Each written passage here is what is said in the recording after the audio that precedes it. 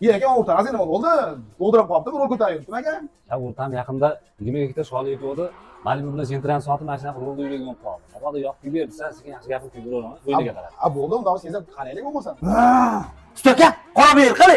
Zo'r o'tadi. Yog'ini aralashtirib bering. Bo'ldi, qo'yaman pagambaga. Ha? Usta.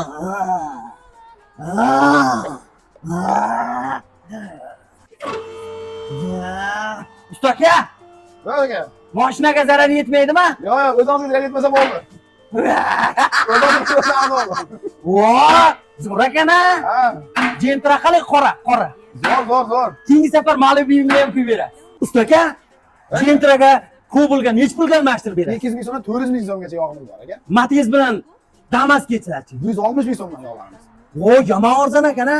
Xalqqa maza qilsin, manzilda aytay. Ayting aka. Sizga ham shunaqa xizmat